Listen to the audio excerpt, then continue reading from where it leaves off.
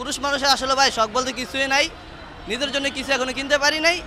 Even দেখি চাঁদরাইতে কিছু কিনতে পারি কিনা। যেগুলো ঈদে লাগে কাপড় চোপড় সেগুলো কিনে চিন্তা ভাবনা করছি, কিন্তু এবার ঈদের ইনকাম খুব কম, কিনে কাটার মতো সমর্থ এখনো হয়নি।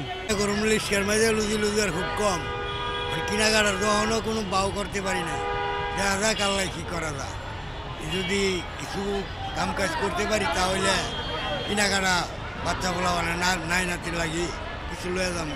এই ঈদে জামা জুতো অ্যাক্সেসরিজের ডিসকাউন্ট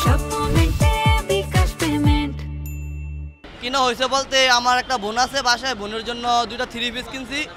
আর আমি 12,000 টাকা বেতনে জব করি, দেন আম্মুর জন্য দুটো শাড়ি কিনবো।